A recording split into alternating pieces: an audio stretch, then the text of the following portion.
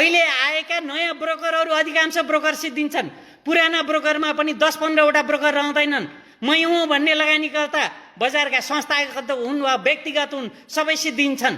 10 कित्तेहरू पनि सिद्धिन्छन्, किनभने आइपिओ नै बिक्दैन। 100 रुपियाँ किन्यो भने 60 रुपियाँ 50 रुपियाँ बेच्नुपर्छ। यो संवेदनशीलता हो।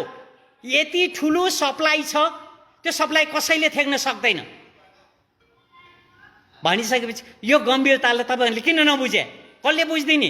तपाईँहरूको लागि कसले काम गरिदिन्छ? धितोपत्र बोर्ड र ब्रोकर एसोसिएसनले हो क्यापिटल मार्केटलाई अब जोगाउने, अरू कसैले सक्दैन। धितोपत्र बोर्ड भने सरकार हो, ब्रोकर भनेको चाहिँ बजार सञ्चालक हो। अहिले चाहिँ यो दुईटा निकाय लाग्यो भने मात्रै क्यापिटल मार्केट जोगिन सक्छ। त्यही भएर हरेक लगानीकर्ताहरू जुन ब्रोकरबाट कारोबार गर्नुहुन्छ त्यही ब्रोकरमा ताला लाउने जिम्मेवारी तपाईँहरूको हो। जुन ब्रोकरले आफ्नो टिएमएस चाहिँ खोलेर ओपन गरेर कारोबार गराउँछ त्यो ब्रोकरलाई कारबाही गर्ने जिम्मेवारी तपाईँहरूको हो। मैले अहिले लिड गरेर भन्दैछु, भोलि 9 बजे ठ्याक्कै धितोपत्र बोर्डमा ताला लाग्छ, ब्रोकर एसोसिएसनको कार्यालयमा ताला लाग्छ।